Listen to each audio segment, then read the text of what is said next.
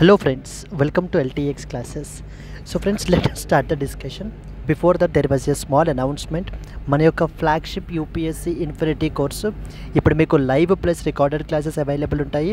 So దీంట్లో మనకి GS prelims plus mains cover అవుతుంది, NCERT foundation, current affairs, CSAT, prelims test series, mains answer writing ఇవన్నీ కూడా cover అవుతాయండి మనకి. సో దీని యొక్క ఫీ మనం ఛార్జ్ చేసేటువంటిది 60,000 రూపీస్. సో దీన్ని మీరు ఈఎంఐ 5,000 పర్ మంత్గా కూడా మీరు పే చేసుకోవచ్చు. ఇది మీకు లైఫ్ టైం వ్యాలిడిటీ తోటి వస్తుంది. ఇక్కడ స్క్రీన్ మీద కనిపించే నెంబర్కి మీరు కాల్ చేస్తే మీకు ఏ విధమైన డౌట్స్ ఉన్నా కూడా మీరు క్లారిఫై చేసుకోవచ్చు. అండ్ అలాగే మన యొక్క యాప్ ఎల్టీఎక్స్ క్లాసెస్ని సో మీరు డౌన్లోడ్ కూడా చేసుకోండి. Yes friends, that's it. Let's start the discussion. Hello friends, welcome to 10th March daily Hindu news analysis. So friends, ఈ వీడియోలో మనము 10th మార్చ్ హిందూ న్యూస్ పేపర్లో పబ్లిష్ అయిన ఇంపార్టెంట్ ఆర్టికల్స్ని డిస్కస్ చేద్దామండి. 9th March, that is yesterday Sunday's analysis will be published in due time.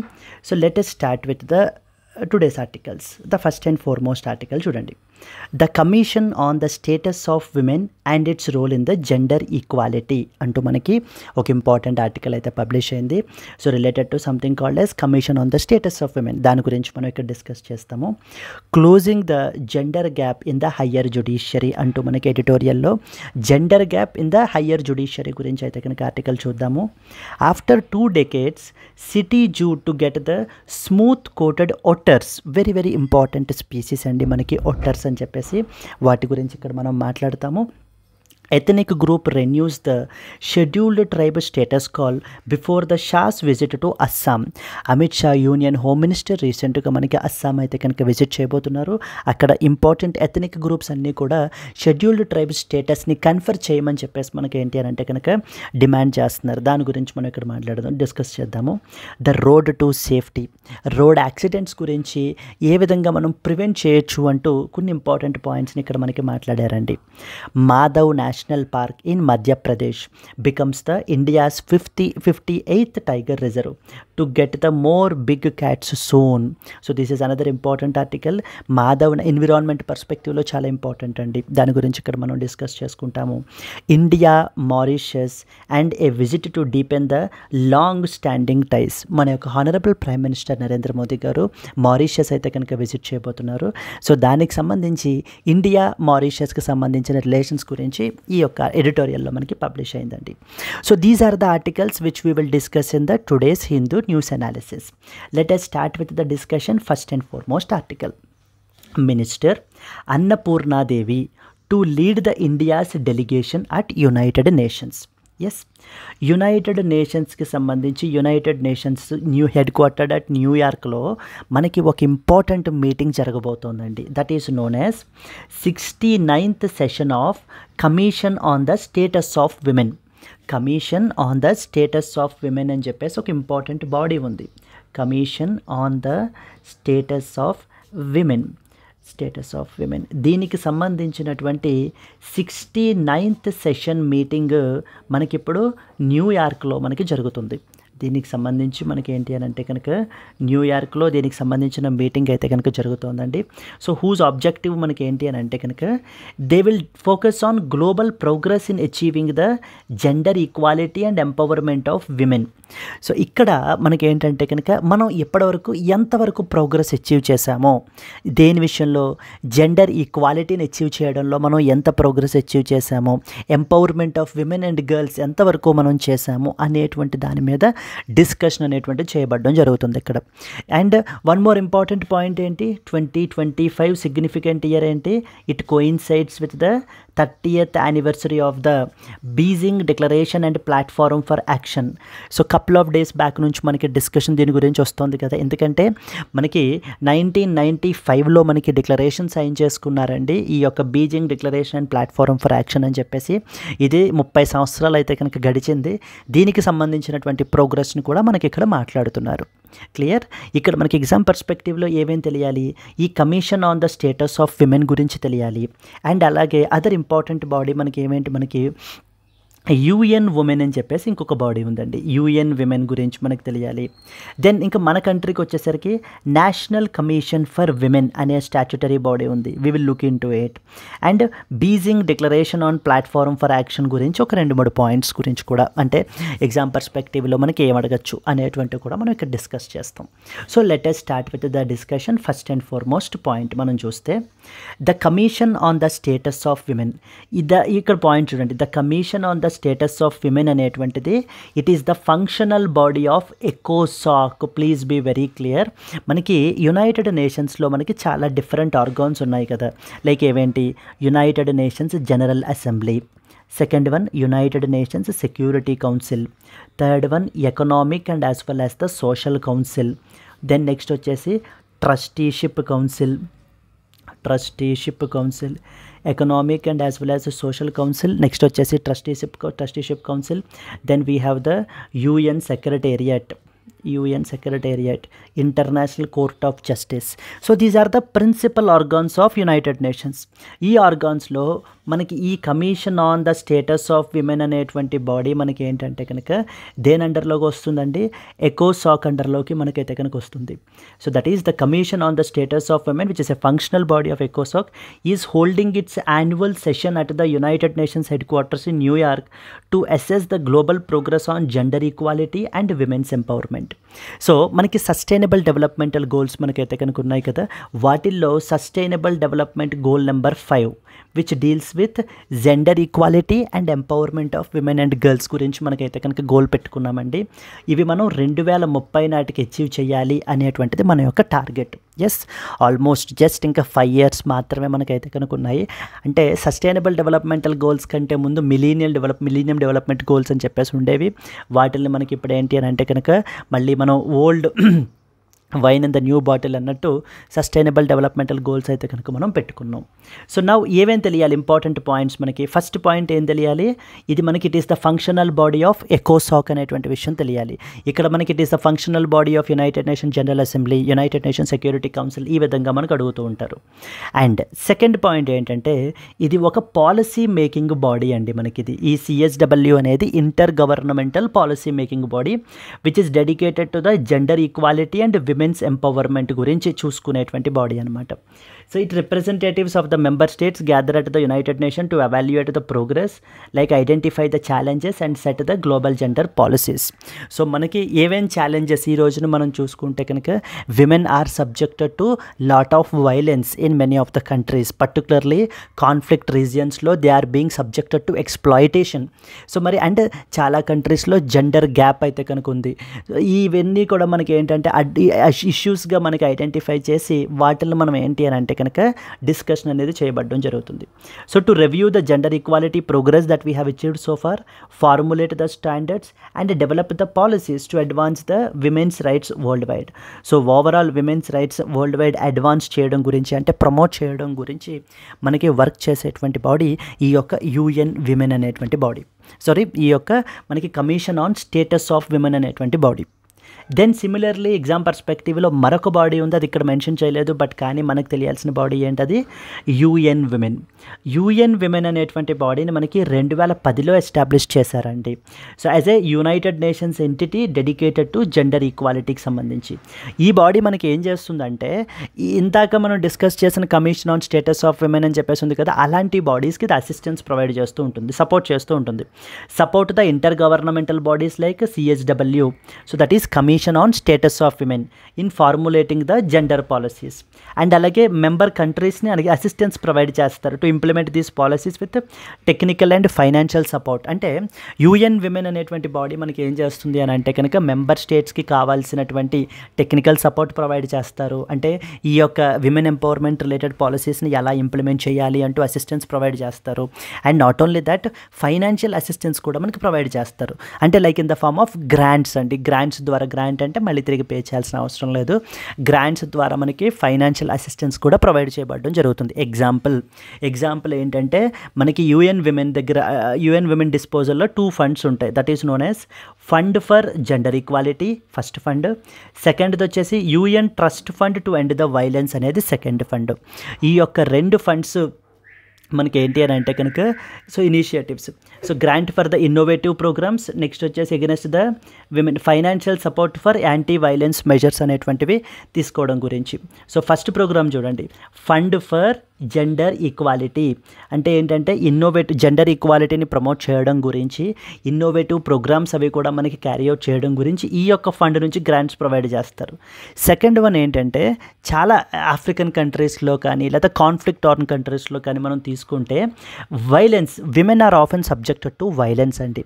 అలాంటి అక్కడ మనకి ఏంటంటే కనుక ఈ వైలెన్స్ని ప్రివెంట్ చేయడం గురించి, కంట్రోల్ చేయడం గురించి, యాంటీ వైలెన్స్ మెజర్స్ తీసుకోవడం గురించి ఈ యొక్క UN trust fund to end the violence నుంచి మనకి గ్రాంట్స్ అనేటువంటివి ఇవ్వబడతాయి. క్లియర్?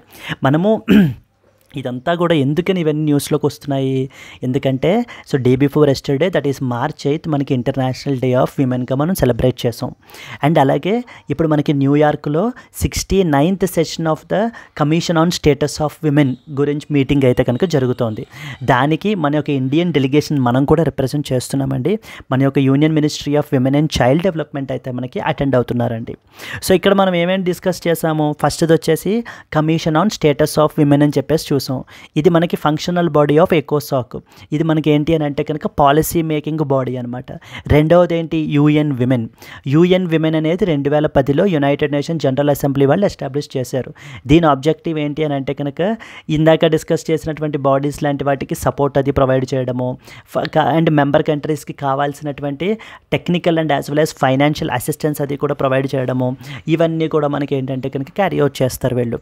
సిమిలర్లీ ఇది మనకి ఏంటంటే కనుక గ్రాంట్స్ అది ప్రొవైడ్ చేస్తూ ఉంటుంది. Example we have 2 grants. ఏవేంటవి, ఫస్ట్ వన్ వచ్చేసి fund for gender equality and second one వచ్చేసి UN trust fund to end the violence అని చెప్పేసి. నౌ మన నేషనల్ లెవెల్లోకి వస్తే we have something called as NCW అని చెప్పేసి ఒక బాడీ ఉందండి, నేషనల్ కమిషన్ ఫర్ విమెన్ అని చెప్పేసి. ఈ యొక్క నేషనల్ కమిషన్ ఫర్ విమెన్ అనేటువంటి బాడీ మనం తీసుకుంటే ఇది మనకి 1992లో మనకైతే ఎస్టాబ్లిష్ అయింది under the something called as national commission for women act 1990. Please be very clear, national commission for women act 1990 అండర్లో మనకి ఏంటి అని అంటే కనుక ఈ యొక్క బాడీ కన్స్టిట్యూట్ చేయబడడం జరిగింది. And thereby it is a statutory body అండి, చాలా important. National commission for women అనేది స్టాట్యూటరీ బాడీ. మనకి national commission for scheduled castes, national commission for scheduled tribes, national commission for backward classes, ఈ మూడే మనకి constitutional bodies. ఇక remaining అన్నీ కూడా అంటే national commission for women, national human rights commission, ఇవన్నీ కూడా మన national commission for minorities, national commission for protection of child rights, ఇవన్నీ కూడా మనకేంటి స్టాట్యూటరీ బాడీస్ అండి. మనకి స్టాట్యూటరీ బాడీస్ అంటే అర్థం ఏంటి, పార్లమెంటు ఒక లా ద్వారా ఒక బాడీని మనకి కన్స్టిట్యూట్ చేస్తే కనుక దాన్ని మనం స్టాట్యూటరీ బాడీ అంటాం. అలా కాకుండా కాన్స్టిట్యూషన్లోనే రాసేస్తే మనకి దాన్ని కాన్స్టిట్యూషనల్ బాడీ అంటారు. Example NCSC, NCST, NCBC. So దీంట్లో మనకి ఎవరెవరు ఉంటారు, చైర్పర్సన్ ఉంటారు, 5 మెంబర్స్ ఉంటారు, అండ్ మెంబర్ సెక్రటరీ కూడా ఉంటారు. ఎవరు అపాయింట్ చేస్తారో appointed by that of central government మనకి వీళ్ళని అపాయింట్ చేయబడడం జరుగుతుంది. ఏం చేస్తుంది నేషనల్ కమిషన్ ఫర్ విమెన్ అనేటువంటి బాడీ, మనకి కాన్స్టిట్యూషనల్లోనే మనకి ఏంటంటే కొన్ని సేఫ్ గార్డ్స్ని ప్రొవైడ్ చేశామండి. For example article number 15 clause 3 of the constitution, parliament can make the special provisions for the empowerment of women and as well as children అని చెప్పేసి రాసి ఉంటుంది. సో ఈ విధంగా మనకి కాన్స్టిట్యూషన్లో ప్రొవైడ్ చేసినటువంటి సేఫ్ గార్డ్స్ అన్నిటినీ కూడా మనకి ఇంప్లిమెంట్ చేస్తుంది. Whether are they properly being implemented or not అనేది చూస్తూ ఉంటుంది. దెన్ నెక్స్ట్ వచ్చేసి మనకి చాలా లాస్ కూడా మనకైతే కనుక ఉన్నాయి. For example domestic violence act, prevention of domestic violence act అని చెప్పేసి డొమెస్టిక్ వైలెన్స్ యాక్ట్ ఒకటి ఉంది మనకి. సో దెన్ నెక్స్ట్ వచ్చేసి prevention of indecent depiction of women అని చెప్పేసి ఇంకొక యాక్ట్ ఉంది. ఇలా ఈ లెజిస్లేషన్స్ అన్నిటినీ కూడా మనకి ఇంప్లిమెంట్ చేస్తుంది మనకి. అంటే whether are they properly being implemented or not అనేటువంటి వాటిని రివ్యూ చేసేటువంటి బాడీ మనకి ఇది, ఈ యొక్క body. And any women's rights violations అవుతూ ఉంటే కనుక వాటికి సంబంధించినటువంటి వాటిని ఇన్వెస్టిగేట్ చేస్తూ ఎప్పటికప్పుడు గవర్నమెంట్కి అమెండ్మెంట్స్ని రికమెండ్ చేస్తూ ఉంటుంది. And policy policy measures for gender equality, మన కంట్రీలో కూడా జెండర్ ఈక్వాలిటీ అచీవ్ చేయడం గురించి మనకి ఏంటంటే కనుక గవర్నమెంట్కి పాలసీ మెజర్స్ని సజెస్ట్ చేసేటువంటి బాడీ. టేక్ సువో మోటో అంటే ఆన్ ఇట్స్ ఓన్ అర్థం, notice of violations of the women's rights, ఎక్కడైనా కూడా విమెన్ యొక్క రైట్స్ అనేవి వైలేట్ అయితే కనుక, సో మహిళల యొక్క హక్కులు మనకి ఏంటంటే వైలేట్ అయినప్పుడు ఏంటంటే ఇది తనకి తాను స్వయంగా సొంతంగా మనకి ఏంటి అంటే ఇనిషియేటివ్ తీసుకుని మనకి ఇది చేస్తుందండి. Promotes research and education in the women's issues, so women ఇష్యూస్కి సంబంధించి ఏంటంటే ఫర్దర్గా రీసెర్చ్ని అండ్ అలాగే అవేర్నెస్ని కూడా మనకి ప్రమోట్ చేసేటువంటి body national commission for women. So ఏం తెలియాలి points, national commission for women అనేది స్టాట్యూటరీ బాడీ 1992లో మనకి ఎస్టాబ్లిష్ చేశారు.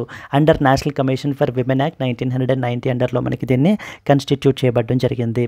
సో దీంట్లో మనకి ఎవరెవరు ఉంటారు అనేటువంటిది మనకు తెలియాలి and what are its functions అనేది కూడా మనకైతే కనుక తెలియాలి. Moving to the next one, we have something called as Beijing Declaration and as well as Platform for Action అని చెప్పేసి మనకి 2 days బ్యాక్ కూడా వచ్చింది అండ్ ఇవాళ ఈ ఆర్టికల్లో కూడా మనకి మెన్షన్ చేశారు. So I thought to add few points about it as well. ఈ Beijing declaration and platform for action అనేది మనకి ఏంటంటే 1995లో ఒక ఇంపార్టెంట్ కాన్ఫరెన్స్ జరిగిందండి. ఆ కాన్ఫరెన్స్ పేరు చూడండి, 4th world conference on women. 4th world conference on women అని చెప్పేసి ఎక్కడ జరిగింది, బీజింగ్ చైనాలో మనకి జరిగిందనమాట. అక్కడ ఆఫ్టర్ దిస్ పర్టికులర్ కాన్ఫరెన్స్ మనకి Beijing declaration and platform for action అనేటువంటిది మనకి అడాప్ట్ చేసుకోబడడం జరిగింది.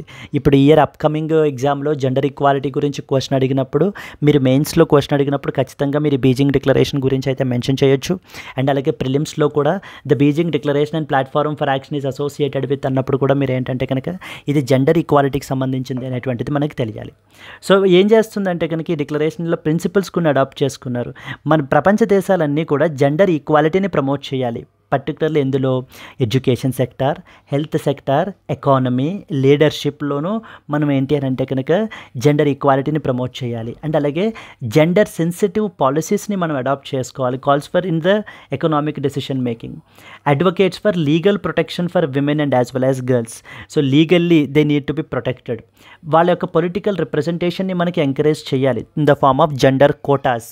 For example 33% reservation is one such example. మనకి ఈ విధంగా మనం ఏంటంటే కనుక జెండర్ కోటాస్ ద్వారా వాళ్ళ యొక్క పొలిటికల్ రిప్రజెంటేషన్ని కూడా మనం అయితే కనుక పెంచాలి అంటూ మనకి చెప్పబడడం జరిగింది.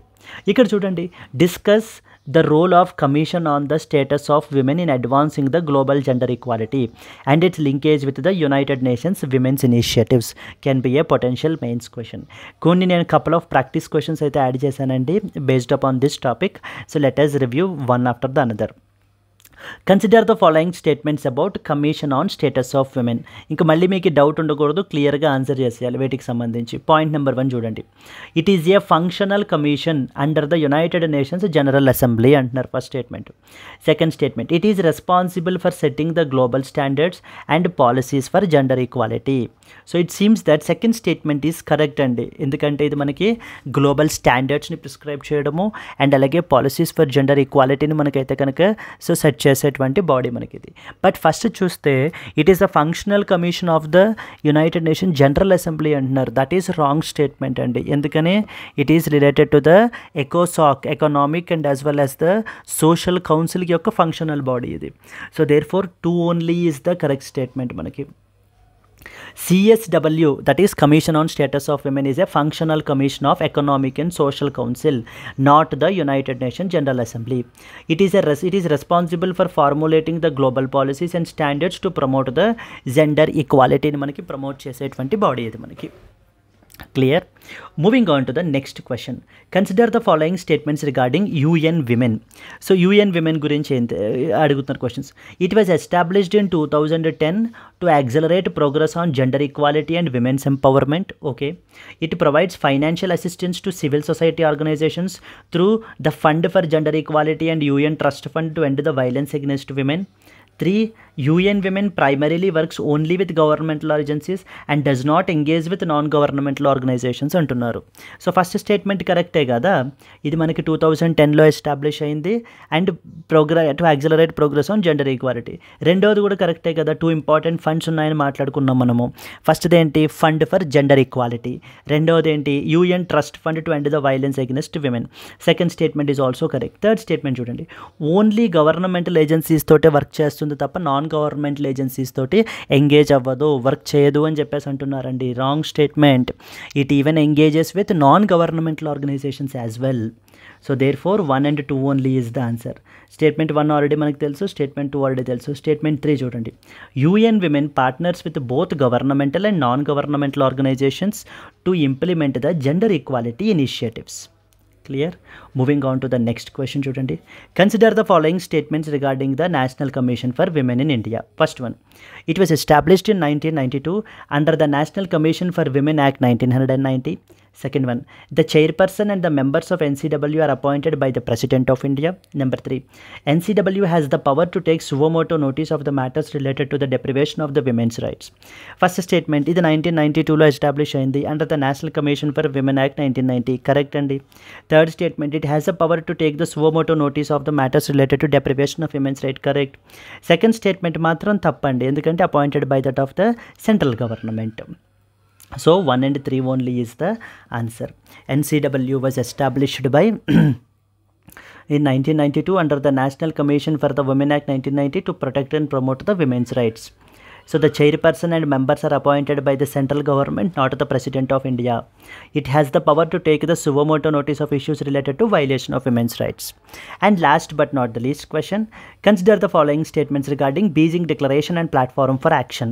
So first question చూస్తే, it was adopted at the 4th World Conference on Women that is held in 1995 in Beijing. Okay. Second one, the declaration calls for integrating the gender equality into economic policies and decision making. Third one, it is a legally binding international treaty for all UN member states. Yes.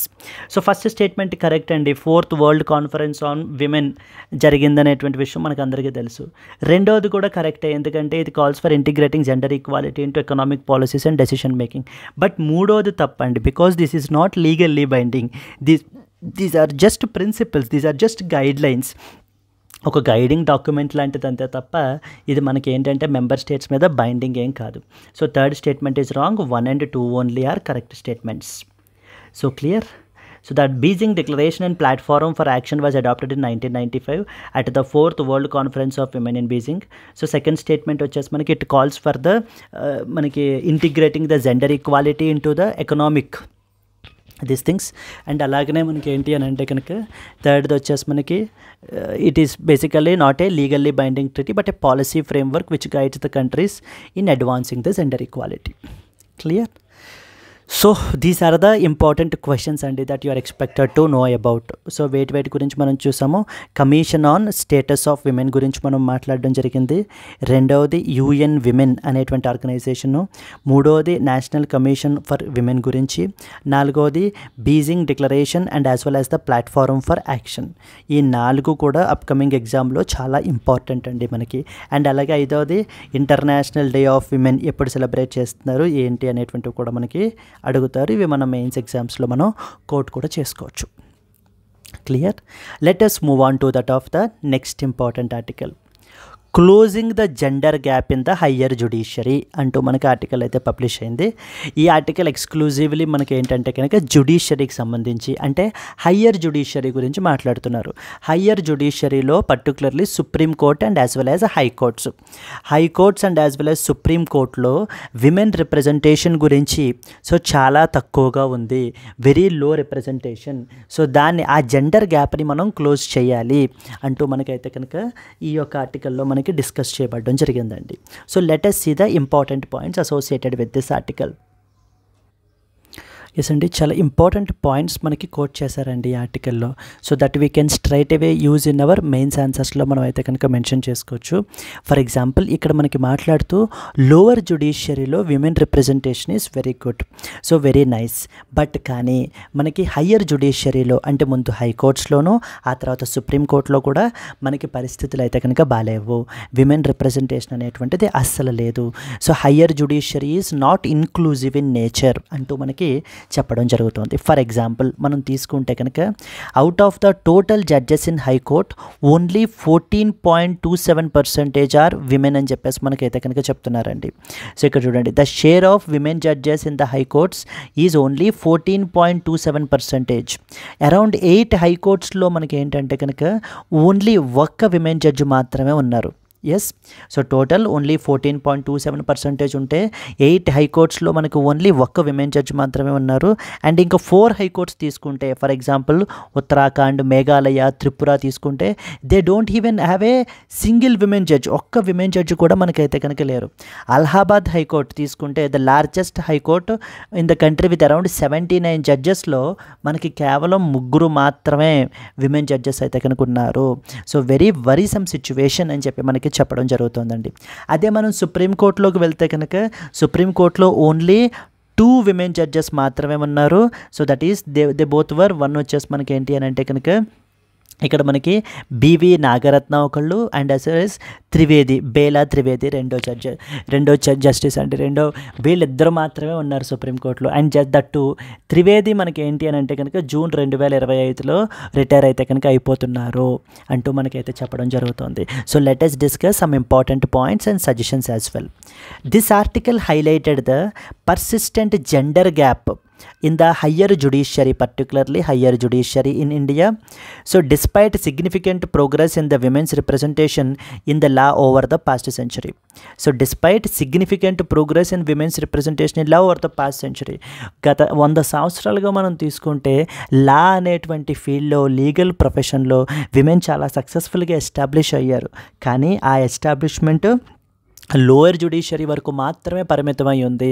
Higher జ్యుడిషియరీలో representation అనేది చాలా తక్కువ ఉంది. దానికి రకరకాల reasons ఉన్నాయి అంటూ మనకి ఆర్టికల్లో మనకి చెప్పడం జరుగుతుందండి. Like structural barriers, bias, lack of transparency in judicial appointments are hindering the women's inclusion in that of the higher courts. So first and foremost, inequality in higher judiciary. Women remain underrepresented in that of higher judiciary. ఎంత percentage అండి? Only 14% of the high court judges are women as of now. ప్రస్తుతానికి మనం తీసుకుంటే 100 out of 1704 మెంబర్స్లో మనకి ఏంటి అని అంటే కనుక ఓన్లీ ఇంతమంది మాత్రమే ఉన్నారని చెప్తున్నారు. 8 హైకోర్ట్స్లో have only 1 women judge, while 4 other high courts like for example Uttarakhand, Meghalaya, Tripura and other తీసుకుంటే 0, ఒక్క విమెన్ జడ్జి కూడా లేరండి 4 హైకోర్ట్స్లో కూడా మనకి. Uttarakhand, Meghalaya, Tripura and as well as another. అంటే జెండర్ ఈక్వాలిటీ గురించి మీరు మెన్షన్ చేసేటప్పుడు లేకపోతే judicial representation, women representation higher judiciary గురించి ఖచ్చితంగా ఒక ఇంపార్టెంట్ క్వశ్చన్ అయితే కనుక వస్తుందండి. So where we can write all these important data because when you argue your point with data that looks more authentic అనమాట. అండ్ అలహాబాద్ హైకోర్టు విషయానికి వస్తే కనుక ఓన్లీ 3 విమెన్ జడ్జెస్ మాత్రమే మనకైతే కనుక ఉన్నారు. Yes, out of 79 there are only 79 judges. Second point ఏంటంటే women are appointed later than that of the men and rarely reach the senior positions అని చెప్పేసి చెప్తున్నారు. సో ఫస్ట్ మెన్కి ప్రయారిటీ ఇస్తున్నారు. So that is average age మనం తీసుకుంటే అంటూ మనకి ఇక్కడ ఏజ్ గురించి కూడా మనకి మెన్షన్ చేశారండి పాయింట్. ఇక్కడ మీరు చూసుకుంటే yes, the average age of appointment for men 51.8 years అయితే but for women it is 53 years. అంటే వీళ్ళని ఇంకొంత లేట్గా మనకి అపాయింట్ చేయడం మూలాన వీళ్ళ యొక్క ఏజ్ కొంచెం ఎక్కువగా ఉండడం మూలాన సీనియర్ లెవెల్ పొజిషన్స్కి మనకి వీళ్ళు వెళ్ళలేకపోతున్నారు. So of the 25 high courts only Gujarat high court has only women chief justice. Only Gujarat హైకోర్టుకి మాత్రమే విమెన్ చీఫ్ జస్టిస్ ఉన్నారు తప్ప మిగతా ఇంకే హైకోర్టుకి కూడా మనకైతే కనుక లేరు. ఇంకా సుప్రీంకోర్టు విషయానికి వస్తే ఇంకా పరిస్థితి మరీ వర్స్ట్ ఉంది ఇక్కడ. ఎందుకంటే ఓన్లీ 2 విమెన్ జడ్జెస్ మాత్రమే ఉన్నారు. సో దాని దట్టు త్రివేది గారు మనకి ఏంటంటే కనుక జూన్ 2025లో మనకి రిటైర్ అయిపోతున్నారు. Thereby only 1 women judge మాత్రమే ఉంటారని చెప్పడం జరుగుతుందండి. థర్డ్ ఇంపార్టెంట్ ఇష్యూ ఏంటంటే కొలీజియం సిస్టమ్. సో మీకు అందరికీ తెలుసు కొలీజియం సిస్టమ్ అనేటువంటి ద్వారా మనకి జడ్జెస్ని అపాయింట్ చేస్తారు. హయ్యర్ లెవెల్లో మనకి సుప్రీంకోర్టులోను హైకోర్టులోనూ కూడా కొలీజియం సిస్టమ్ ఉంటుంది. ఫర్ ఎగ్జాంపుల్ సుప్రీంకోర్టు కొలీజియం తీసుకుంటే chief justice of India plus 4 senior most judges ఉంటారు మనకి కొలీజియంలో. వాళ్ళు మనకి ఏంటంటే కనుక ప్రెసిడెంట్కి రికమెండ్ చేయబడడం జరుగుతుంది. అప్పుడు ప్రెసిడెంట్ వాళ్ళని అపాయింట్ చేస్తారు అని. బట్ ఇక్కడ మనకు ఆర్డర్ ఏమంటున్నారంటే కొలీజియం సిస్టమ్ ఆఫ్ అపాయింట్మెంట్స్లో ఎటువంటి ట్రాన్స్పరెన్సీ లేదు. ఎందుకనంటే వీళ్ళు ఎవరెవరిని రికమెండ్ చేస్తున్నారు, ఏ పారామీటర్స్ మీదనే సెలెక్ట్ చేస్తున్నారు, ఏ క్రైటీరియాని చూసి రిజెక్ట్ చేస్తున్నారు అనేటువంటిది ఎటువంటి క్లారిటీ లేదు. There is no transparency, there is no clear criteria. అంటే ఈ క్రైటీరియా వల్ల మేము మిమ్మల్ని రిజెక్ట్ చేసాం, లేకపోతే ఈ క్రైటీరియా వల్ల మిమ్మల్ని అయితే కనుక యాక్సెప్ట్ చేసాం అంటూ ఎటువంటి క్రైటీరియా లేదు అంటూ మనకి ఈ యొక్క కొలీజియం సిస్టమ్ని మనకి క్రిటిసైజ్ చేస్తున్నారు. ఎందుకంటే ఈ system is very resistant, very reluctant అనమాట. విమెన్ జడ్జెస్ని అపాయింట్ చేయడంలో, రికమెండ్ చేయడంలో అంత ఇంట్రెస్ట్ చూపించట్లేదు. దట్టు ఒకవేళ అపాయింట్ చేసిన గవర్నమెంట్ కూడా అంత ఈజీగా వెళ్ళని మనకి అపాయింట్ చేయట్లేదు అంటూ మనకి ఇక్కడ ఆర్డర్ మనకి రాసుకుని రావడం జరుగుతుంది. Because they are facing more higher scrutiny and collegiums often prefer the male candidates. So 9 women recommend చేస్తే for high court judgements only 3 were all confirmed అండి. Deep rooted bias and systemic issues. So generally మనకి ఏంటంటే కనుక జుడిషియరీలో women in law are still seen as inferior, thereby affecting their career progression. Yes, so she emphasised only the equal opportunity. Justice Indira Banerjee మనకి important suggestions ఏమేంటి? Collegium సిస్టంలో transparency ఉండాలి, clear eligibility criteria అనేటువంటిది prescribe చేయాలి అనేది first important. ఇది సెకండ్ది వచ్చేసి ఏంటంటే జెండర్ డైవర్సిటీ అనేది చాలా ఇంపార్టెంట్. ఇప్పుడు మనకి ఏంటి అని అంటే కనుక ఒక బెంచ్ ఉన్నారు అని అంటే కనుక, సో ఇప్పుడు మనకి ఏంటి అని అంటే కనుక 34 జడ్జెస్ ఉన్నారు అంటే at least 50% need to be women judges. So దాని మూలాన మనకి ఏమవుతుందంటే judiciary will look to be more inclusive, as a more రిప్రజెంటేటివ్గా మనకైతే కనుక కనిపిస్తుంది. So that people will also have more trust on it అంటూ మనకి చెప్పడం జరుగుతుంది. So judiciary should aim for 1/3 women representation as well in the higher courts and ensure at least 50% of high court and supreme court judges are women. Third important point మనకి ఏంటంటే కనుక so gender diversity అనేటువంటిది మనకి impartiality and లెజిటిమసీని మనకైతే కనుక పెంచుతుంది. So courts should be representative of the people they serve. So these are the important points అండి with respect to this article, representation of women in the judiciary, higher judiciary. Clear? Let us move on to the next article. After 2 decades, city zoo to get the smooth coated otter.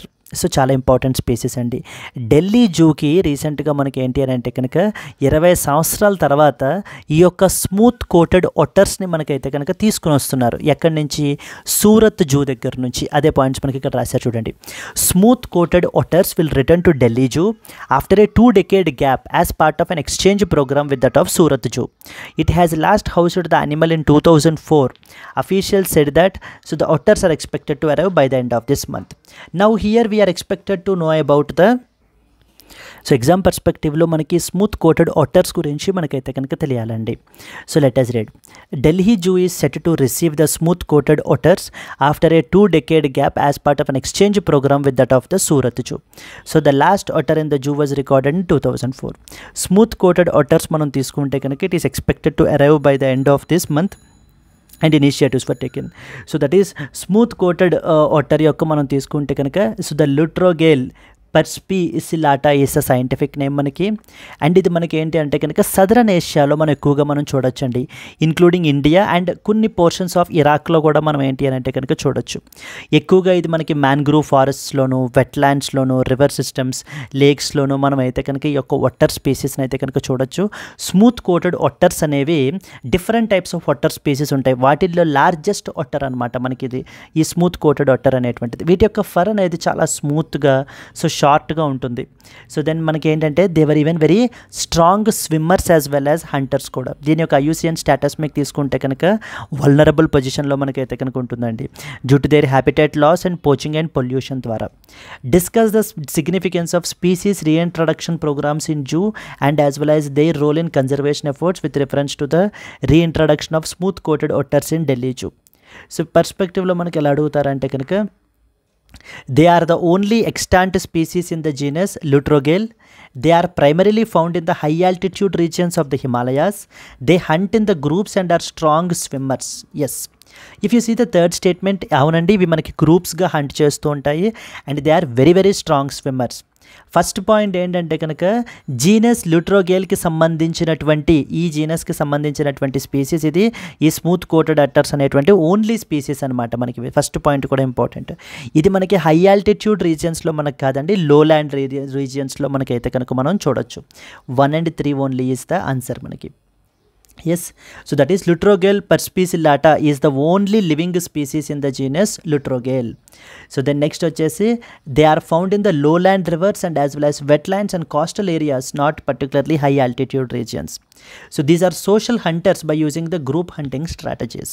Yes, so that is smooth coated otters అనేటువంటిది third important species అనమాట మనకి తెలియాల్సినటువంటిది.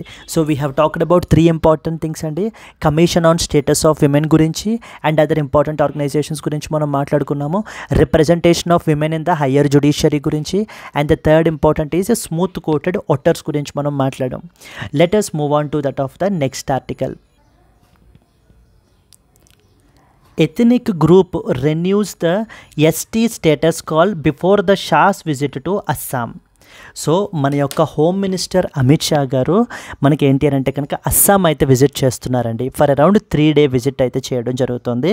అక్కడ ఉన్నటువంటి కొన్ని important tribal communities వాళ్ళకి ST స్టేటస్ని confer చేయమని చెప్పేసి మనకి డిమాండ్ చేయబడడం జరుగుతుంది. షెడ్యూల్డ్ ట్రైబ్ స్టేటస్ అనేటువంటిది మా ట్రైబ్కి ఇవ్వాలి అంటూ కొంతమంది మనకి ఇది చేస్తున్నారనమాట, డిమాండ్ చేస్తున్నారు. ఎవరెవరు మనకి అని అంటే కనుక first important is Koch Rajbongshis, one of the important tribal community. ఎక్కడ వీళ్ళు అస్సాంలోను, నెక్స్ట్ వచ్చేసి పార్ట్స్ ఆఫ్ వెస్ట్ బెంగాల్లోను వీళ్ళైతే కనుక ఉంటారు. మనకి ఇక్కడ ఎగ్జామ్ పర్స్పెక్టివ్లో ట్రైబల్ కమ్యూనిటీ పేరిస్తారు, వాళ్ళు ఏ స్టేట్కి సంబంధించిన వాళ్ళు. ఎస్, సో దీనికి సంబంధించి కోచ్ రాజ్బాంగ్షీస్ అనమాట. One of their important demand ఏంటి అని అంటే కనుక మాకు ఎస్టీ స్టేటస్ ఇవ్వాలి అని చెప్పేసి మనకైతే కనుక అడుగుతున్నారు.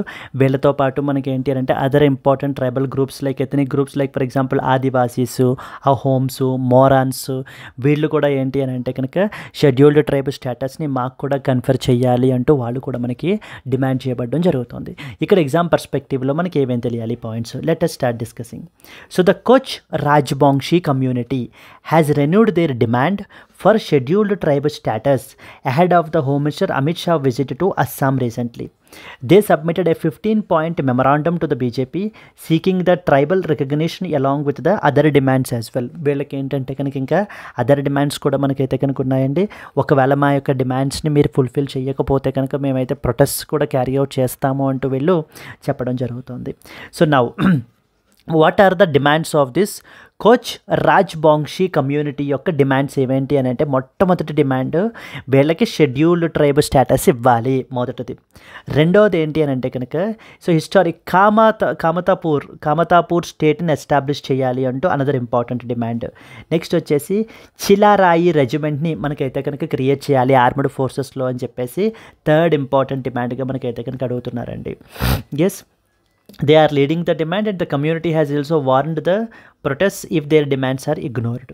నా ఎగ్జామ్ పర్స్పెక్టివ్లో మనకి ఏమేం తెలియాలి, ఇటు ఒక పక్కన ట్రైబల్ కమ్యూనిటీస్ ఏంటి, వాళ్ళు ఎక్కడెక్కడ ఉన్నారనేది తెలిస్తే తర్వాత ఏం తెలియాలి అని అంటే కనుక అసలు షెడ్యూల్డ్ ట్రైబ్స్ అంటే ఎవరు, అసలు ఎవరు డిక్లేర్ చేస్తారు, ఈ ఎస్టీ లిస్ట్ని మనకి ఏంటి అని అంటే కనుక ఎవరు దాంట్లో ఏదైనా కొత్తది యాడ్ చేయాలన్నా లేదా రిమూవ్ చేయాలన్నా ఎవరికి పవర్ ఉంటుంది, అసలు ఒక కమ్యూనిటీని ఎస్టీ స్టేటస్కి కన్ఫర్ చేయాలి అని అంటే ప్రొసీజర్ ఏం ఫాలో అవుతారు అనేటువంటివి ఎగ్జామ్ పర్స్పెక్టివ్లో మనకు కొన్ని తెలియాలండి.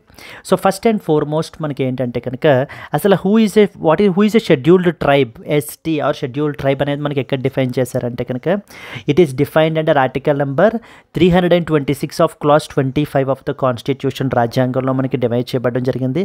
అక్కడ ఏం డిఫైన్ చేశారు అని అంటే కనుక ఎవరెవరైతే ఆర్టికల్ నెంబర్ 342 ద్వారా మనకి రికగ్నైజ్ చేయబడతారో వాళ్ళని మనకి ఏంటి అని అంటే కనుక షెడ్యూల్డ్ ట్రైబ్స్గా మనకైతే కనుక డిక్లేర్ చేయబడడం జరిగింది. సో ప్రెసిడెంట్ మనకి స్పెసిఫై చేస్తారండి ఎవరెవరు షెడ్యూల్డ్ ట్రైబ్స్ అని చెప్పేసి ఆ పలానా స్టేట్ నుంచి. అండ్ అలాగే ఒకవేళ ఆ లిస్ట్ని మాడిఫై చేయాలంటే, అంటే ఏదైనా షెడ్యూల్డ్ ట్రైబ్ని దాంట్లో యాడ్ చేయాలన్నా లేకపోతే తీసేయాలన్నా అవన్నీ కూడా చేయాలి అని అంటే కనుక పార్లమెంట్కి మనకి పవర్ అయితే కనుక ఉంటుంది. ఇప్పుడు ప్రొసీజర్ ఏంటి బేసిక్ అంటే అవుట్లైన్ మనం డిస్కస్ చేస్తే, ముందు ఏదైనా ఒక పర్టికులర్ ట్రైబల్ కమ్యూనిటీకి ఎస్టీ స్టేటస్ కన్ఫర్ చేయాలంటే ముందు ఆ స్టేట్ గవర్నమెంట్ ముందు మనకి ఏంటి అని అంటే కనుక రికమెండ్ చేయాలండి. ఫస్ట్ పాయింట్ అదే రాసాం చూడండి, state government should recommend the inclusion. So మనకి ఇంక్లూడ్ చేయాలన్నమాట. ఎవరికి ప్రపోజల్ సెండ్ చేస్తారు? So the proposal will be sent to the union tribal affairs మినిస్ట్రీకి ప్రపోజల్ అనేటువంటిది పంపించబడడం జరుగుతుంది. అప్పుడు union tribal affairs ministry proposal ఎవరికి పంపిస్తారు అని అంటే రిజిస్ట్రార్ జనరల్ ఆఫ్ ఇండియాకి పంపిస్తారు. Office of registrar general of ఇండియాకి. They will examine the proposal. ఈ రిజిస్ట్రార్ జనరల్ ఆఫ్ ఇండియా మనకి ఏంటి అని అంటే కనుక మల్టిపుల్ పారామీటర్స్ని కన్సిడర్ చేసి మనకి వెదర్ వాళ్ళకి ఎస్టీ స్టేటస్ అనేది కన్ఫర్ చేయొచ్చా చేయకూడదా అనేటువంటి దాని మీద ఒక ఇది రైటప్ రాస్తారనమాట. అక్కడి నుంచి ఆ proposal national commission for scheduled ట్రైబ్స్కి మనకి మూవ్ అవుతుంది. నెక్స్ట్ ఎన్సీఎస్టీ వాళ్ళు మనకి ఏం చేస్తారు అని అంటే కనుక క్యాబినెట్కి మనకి వాళ్ళు రిఫర్ చేస్తే క్యాబినెట్ ఒకవేళ అప్రూవ్ చేస్తే ఫైనల్గా ప్రెసిడెంట్కి మనకి రాయబడడం జరుగుతుందండి. If approved the cabinet will amend the constitution scheduled tribes order 1950. The president will finally issue A notification finalising the inclusion. ఈ విధంగా అంటే ఎవరైనా ఒక పర్టికులర్ కమ్యూనిటీని మనం యాడ్ చేయాలి ఎస్టీ లిస్ట్లో అంటే ముందు ఆ కన్సర్న్డ్ స్టేట్ గవర్నమెంట్ రికమెండ్ చేయాలి. అక్కడ నుంచి మనకి ఏంటి అంటే ట్రైబల్ అఫైర్స్ మినిస్ట్రీకి వెళ్తుంది. అక్కడి నుంచి రిజిస్ట్రార్ జనరల్ ఆఫ్ ఇండియాకి వెళ్తుంది. అక్కడి నుంచి ఫైనల్గా national commission for scheduled tribes. Then it will move to that of the union cabinet and finally union cabinet to that of the president of India. It will flow. Clear? Next NCST అనేది మనకి constitutional body కదా, ఇందాక మనం అనుకున్నాం కదా national commission for scheduled tribes అనేటువంటిది constitutional body అండి మనకి. ఎస్ అండి. Moving to the next one. ఇప్పుడు నెక్స్ట్ వచ్చేసి క్రైటీరియా ఫర్ ఇంక్లూజన్. అంటే ఒక కమ్యూనిటీని షెడ్యూల్డ్ ట్రైబ్గా మనం యాడ్ చేయాలి అని అంటే కనుక దానికి సంబంధించిన ఏ క్రైటీరియా ఫాలో అవ్వాలి అంటూ దాన్ని డిఫైన్ చేయమని చెప్పి ఒక కమిటీని కన్స్టిట్యూట్ చేశారు. That is known as Lokur committee 1965. So ఈ కమిటీ మనకి రికమెండ్ చేసి కొన్ని ఇంపార్టెంట్ క్రైటీరియాని మనకి మెన్షన్ చేశారండి. ఫర్ ఎగ్జాంపుల్ వీళ్ళకంటూ డిస్టింక్టివ్ కల్చర్ ఉండాలి. So they need to be geographically isolated అయ్యి ఉండాలి. అండ్ మిగతా లార్జర్ కమ్యూనిటీ తోటి కాంటాక్ట్ అవ్వాలి అని అంటే they need to have the shyness of contact ఉండాలి. And they are social and as well as economic backwardness ఉండాలి. ఒకవేళ ఈ క్రైటీరియా ఫుల్ఫిల్ అయినట్లయితే కనుక అప్పుడు ఆ పర్టికులర్ కమ్యూనిటీని మనము షెడ్యూల్డ్ ట్రైబ్ కమ్యూనిటీగా మనం అయితే కనుక యాడ్ చేయొచ్చు అని చెప్పి మనకి చెప్పబడడం జరిగింది. దెన్ షెడ్యూల్డ్ ట్రైబ్స్ గురించి కొన్ని కాన్స్టిట్యూషనల్ సేఫ్ గార్డ్స్ కూడా ఉన్నాయి మనకి. ఫర్ ఎగ్జాంపుల్ ఎడ్యుకేషనల్ ఇన్స్టిట్యూషన్స్లో మనం రిజర్వేషన్స్ అనేటువంటివి ప్రొవైడ్ చేస్తాం under article number 15 of the constitution. Similarly public ఎంప్లాయ్మెంట్లో కూడా మనం రిజర్వేషన్స్ అనేది ప్రొవైడ్ చేయబడడం జరుగుతుంది under article number 16. So then 5th and as well as 6th schedules అండర్లో మనం మాట్లాడుకుంటే కనుక వీళ్ళకంటూ అటానమస్ గవర్నెన్స్ని మనం అయితే కనుక ప్రొవైడ్ చేస్తాము. ఒకవేళ పంచాయత్స్లో మనకి రిజర్వేషన్స్ కావాలి అంటే ఆర్టికల్ 243D అండర్లోను, నెక్స్ట్ వచ్చేసి లోక్సభలో అండర్ ఆర్టికల్ నెంబర్ 330 అండర్లోను మనం రిజర్వేషన్ అనేది ప్రొవైడ్ చేయబడడం జరుగుతుంది. లోక్సభలోనే రిజర్వేషన్ ఉంటుందండి. రాజ్యసభలో మనకి యొక్క ట్రైబల్ కమ్యూనిటీలకి రిజర్వేషన్ అనేటువంటిది ఉండదు. Yes. Discuss the significance of scheduled tribe recognition in ensuring socio-economic upliftment with reference to the Koch Rajbongshi community's demand for ST status. Yes. So ఈ విధంగా స్టేట్స్లో ఉండేటువంటి రకరకాల ట్రైబల్ కమ్యూనిటీస్ మాకు ఎస్టీ స్టేటస్ని కన్ఫర్ చేయండి అంటూ మనకి ఏంటి అని అంటే డిమాండ్ చేస్తూనే ఉంటారండి. And another such example is Manipuris another example కదా మనకి. So yes, the constitutional safeguards ఏమేమి ఉన్నాయి అనేటువంటిది మనకి తెలియాలి. దెన్ నెక్స్ట్ వచ్చేసి ఏ కమిటీని మనకైతే కనుక కన్స్టిట్యూట్ చేశారనేది తెలియాలి. ఎస్ అండి. Moving on to that of the next article, the road to safety అని చెప్పేసి మనకైతే కనుక పబ్లిష్ చేయబడడం జరిగింది. ఈ ఆర్టికల్ దేని గురించి మాట్లాడుతుంది అని అంటే కనుక ఇట్స్ ఆల్ రోడ్ యాక్సిడెంట్స్ గురించి, how they can be prevented అని చెప్పేసి. Because road accidents are preventable things. So which just we need to have some behavioural changes అనేటువంటిది చేయాలి, some sort of discipline, road safety రూల్స్ని మనం follow అవ్వాలి. Traffic రూల్స్ని ఇవి ఫాలో అయినట్లయితే కనుక ఖచ్చితంగా మనకి ఏంటి అని అంటే కనుక ఈ యొక్క రోడ్ యాక్సిడెంట్స్ అనేటువంటివి మనం తగ్గించవచ్చు అంటూ మనకైతే కనుక చెప్పబడడం జరిగిందండి. Let us discuss the important points associated with this. This article discusses the alarming rise in the road traffic accidents in India and the importance of communication campaigns, enforcement and behavioral changes which are required to enhance the road safety. So road safety ni manaki enti ante kanaka promote cheyadam gurinchi konni communication campaigns అనేటువంటివి conduct చేయాలి. పీపుల్లో మనకి awareness create చేయాలి, ఏ విధంగా responsible driving అనేటువంటిది చేయాలి అనేటువంటి aspects అన్నిటి మీద మనకి మాట్లాడుతున్నారండి. So this article highlights the global and Indian statistics on road fatalities, Karnataka's initiatives and the role of targeted interventions in reducing the accidents. Overall మనం తీసుకుంటే కనుక ప్రస్తుతం ఈ రోజున 11.9 lakh deaths are occurring annually because of due to that of the road crashes అని చెప్పేసి చెప్తున్నారు మనకి. So road crashes were the 13th largest contributor to that of the health burden as well.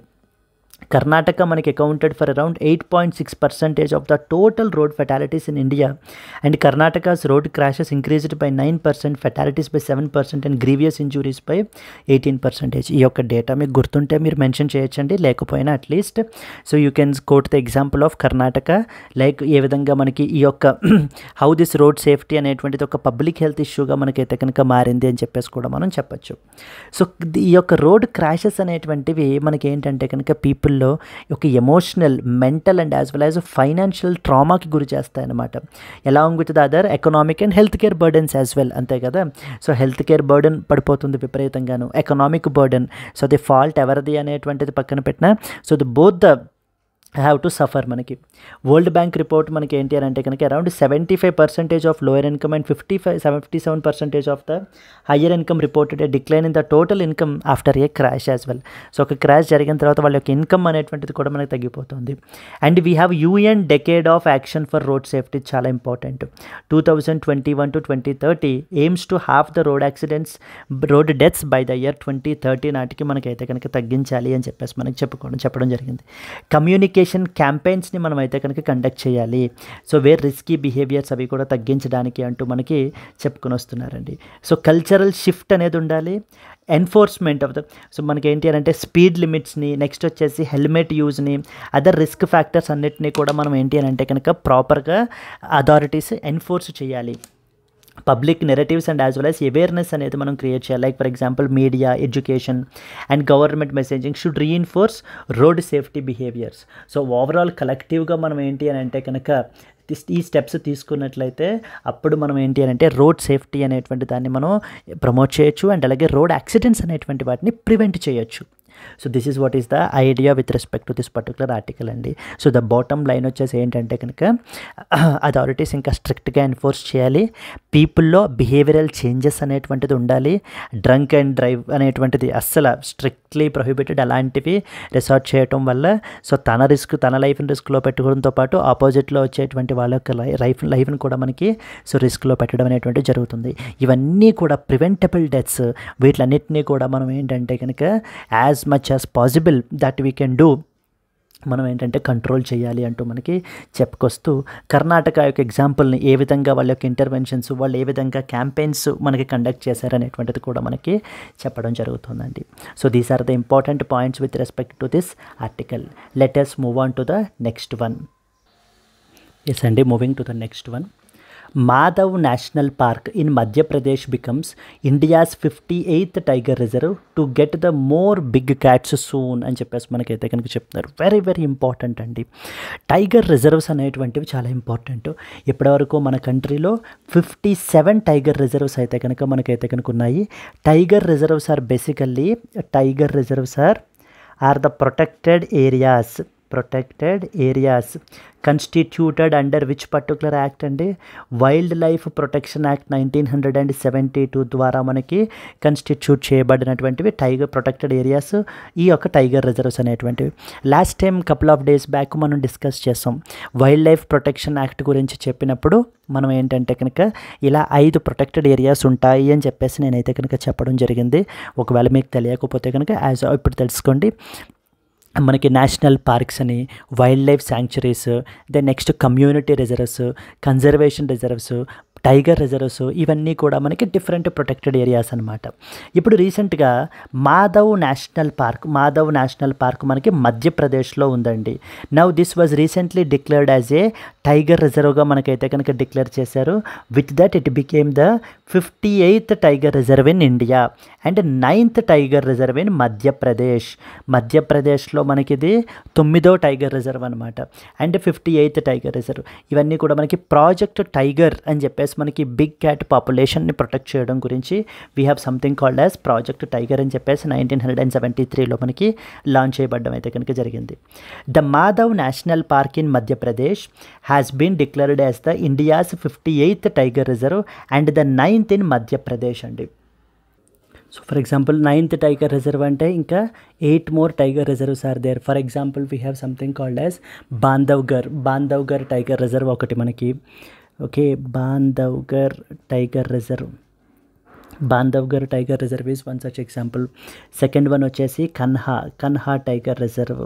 Then we have Panna tiger reserve. ఇవన్నీ important tiger reserves అండి మనకి. Panna tiger reserve. We have Pench tiger reserve అంటారు. Then next వచ్చేసి Sanjay Dubri tiger reserve. Sanjay Dubri tiger reserve is another example. Sanjay Dubri tiger reserve. Then we have Durgavati Tiger Reserve, Durgavati Tiger Reserve and etc. So mainly మనకి ఏంటంటే Bandhavgarh tiger reserve, Panna, Pench, Sanjay Dubri, Durgavati and Madhav national park now is a Madhav tiger reserve. మనకి ఎక్కడుంది అని అంటే కనుక Shivpuri district in the Chambal region of మధ్యప్రదేశ్లో మనకి tiger reserve అయితే లొకేట్ అయ్యి ఉంది. ఇక్కడ ప్రస్తుతానికి మనకి 5 టైగర్స్ అయితే కనుక ఉన్నాయండి. So 3 tigers including were introduced as part of tiger reintroduction project. So the union environment minister has recently announced this declaration, importance of ecological diversity and as well as conservation. So అసలు మన కంట్రీలో ఈ యొక్క tiger రిజర్వ్స్ని టైగర్స్ని protect చేయడం గురించి there is something called as project tiger అని చెప్పేసి 1973లో మనకి తీసుకుని రావడం జరిగిందండి. So the launched for that of the tiger conservation. And ప్రపంచంలోనే మనం around 75% of the world's tiger population మన కంట్రీలోనే ఉంది. And Madhya Pradesh as the leading number in the tiger count. So దీనికి సంబంధించినటువంటి క్వశ్చన్ మనకి ఎలా ఉంటుందంటే, discuss the role of tiger reserves in the biodiversity conservation and challenges associated with the tiger conservation in India can be a potential question మనకి. Yes, Madhav tiger reserve మనకి ఎక్కడ ఉంది అని చెప్పేసి అడుగుతూ ఉంటారు. మధ్యప్రదేశ్లో ఉంది. ఇది మనకి 58th tiger reserve in India and 9th tiger reserve in that of the Madhya Pradesh. Clear? Moving to the next one. Madhav National Park, declared as the 58th Tiger Reserve recently, is located in Assam, Kerala, Maharashtra and as well as Madhya Pradesh. And yes, and if you know the answer, please comment your answer. And like if you have liked the video, please do like it. And let's meet again in the next Hindu news analysis. Until then, happy learning. All the best. Bye bye, Andy.